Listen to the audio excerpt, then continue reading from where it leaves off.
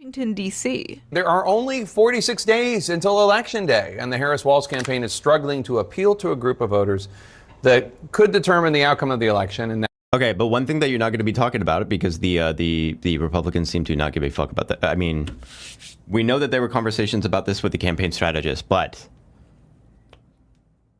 these conversations about these Republicans asking the question, how come we're not appealing to women?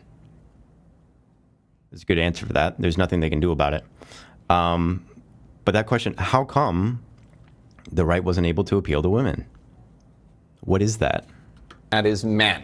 The Harris campaign is making an aggressive last-minute effort to win over younger male voters. Am I really going to make a video criticizing the Democrat Party days before the election? Of course I am. Now, before you celebrate or grab your pitchforks, this is not a pro-Trump video. This is a do-better video. This is a mommy's not mad, she's disappointed video. Actually, I lied. Mommy's pretty mad. In this video, I am going to be addressing the Democrats' so-called man problem, the recent discourse about men moving right, the last-minute pandering the Democratic Party is doing to get them back, what they could be doing instead, and of course, going over some terrible opinions. Not my opinions. I have never had a bad opinion in my life. Except that one opinion.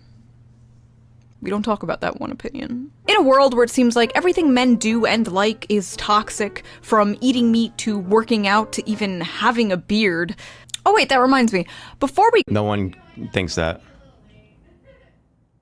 Nobody thinks that. Get into this video, let's quickly give a shout out to today's video sponsor, Henson Shaving. If you— No. Being manufactured in an aerospace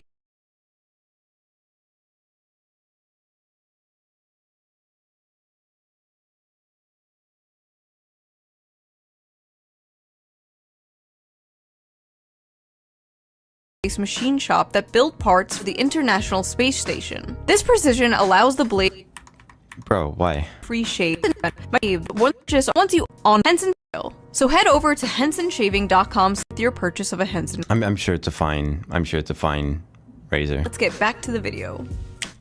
If you are a regular viewer to the Shoe on Head channel, first of all, I'm sorry. But also, you know by now, I have been documenting the internet and society in general's growing and widely accepted hatred of men. This has been happening for a very long time. And if you dare spoke up about it, you were called an incel or a pick-me, depending. Well, okay. Well, you have to understand, and I don't think that she's gonna, I don't know if she's gonna get it in this video. The way that society treats men. Society is largely made up of men and women. There is a relationship, a pretty strong relationship between men and women in society. It's not about society looking at men, it's about women looking at men, men looking at women, and what is being communicated through this, I guess, exchange. What is being communicated through this exchange is coming up in conflict, in contradiction, and there is not a seeing of eye to eye in a really general sense. What could be making up this sort of thing? If you want to be talking about this relationship between men and women in society, on the one hand, you can talk about the way that men are raised. On the one hand, you can talk about the way that women see men as men see men. By the way, a potential violence. That's how men see men. By the way, so like if you have a situation where you have a man that's a daughter, he's going to make sure that daughter is not outside after dark. He's going to make sure that she's always checking in, and he's going to tell that daughter, by the way, men are dangerous.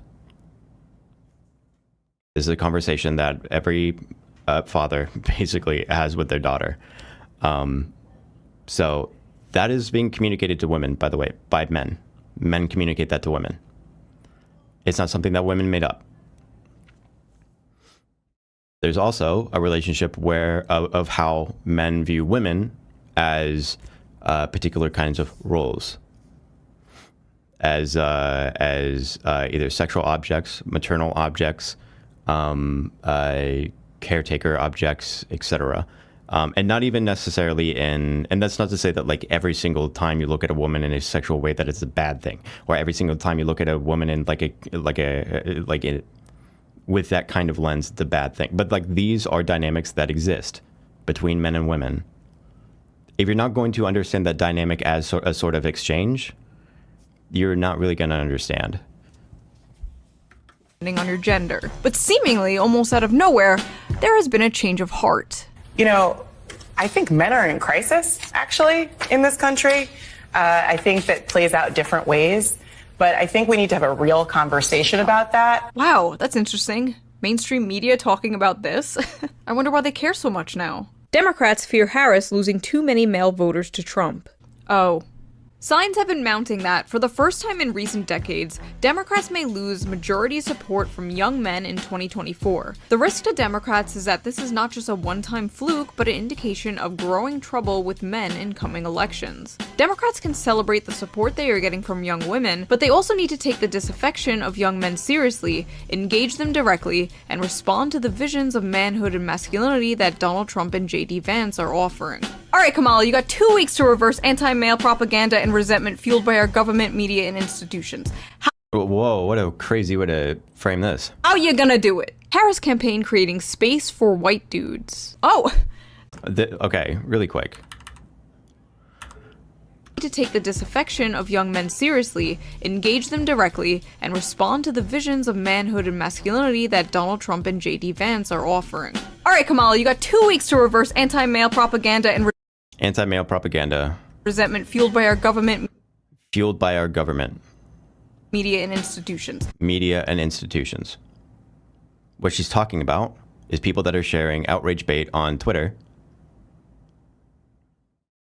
She's not talking about what is being fueled by our government. But appealing to this idea is really, really dangerous. It's dangerous because of this really vague and scary fear-mongering of like things like the deep state and the cathedral, the wokeness that has overtaken the government bureaucracy. That's the sort of thing that has enabled a lot of these Trump supporters to sign up for basically any of the like draining of the swamp, which is essentially Schedule F, replacing people with replacing government employees with loyalists, stuff like this is what people are calling for because they hear shit like this. This is not true, by the way. And it's really, really naive, stupid, irresponsible to use language like this. You got 2 weeks to reverse anti-male propaganda and resentment fueled by our government, media, and institutions. How you gonna do it? Harris campaign creating space for white dudes. Oh, that's a great idea. I mean, a little too late, but I'm glad you're finally doing to be honest about role in history. Oh. This is a title from... Glad you're finally doing to be honest. Where is this from? What headline is this? Honest about role in history. Who cares? You listen. The white dudes for Harris thing, and the white women for Harris, and the black women for Harris, and these Latinos for Trump, et cetera, et cetera. It's all of it is pretty dumb, by way of centering identity around these figures. It's always going to be dumb. And that's really all you can say about it, to me, personally. But I don't know. Oh. It's always a space for white men to talk about how much they suck. What made you start this group, White Dudes for Harris? And I suspect some of it has to do with the polling. Yeah, for far too long, the left has essentially ceded white men to the MAGA right. There's large parts of the left who have gone out of their way to alienate white men over the last couple of years. And that's understandable in many ways. We decided that we wanted to create space for white men to be a part of electing Vice President Harris. At the top of the call, White Dudes for Harris organizer Ross Morales Roquito said he wanted to address what he called the elephant in the room, criticism surrounding an event organized for white men given the country's history of racism. A lot of people felt uncomfortable about the call, he said. Throughout American history, when white men organized, it was often with pointy hats on. So, when reaching out to people, this is the thing, and this is what I was trying to get at yesterday. This is what I was trying to get at yesterday with the Ryan Beard video. If you want to appeal to people, stop appealing to people through guilt. Is that there's a way that you can talk about these kinds of things, which are not going to be leveraging guilt, that are not going to be leveraging these sorts of things, where it's like, we need to talk to white men through the lens of accountability.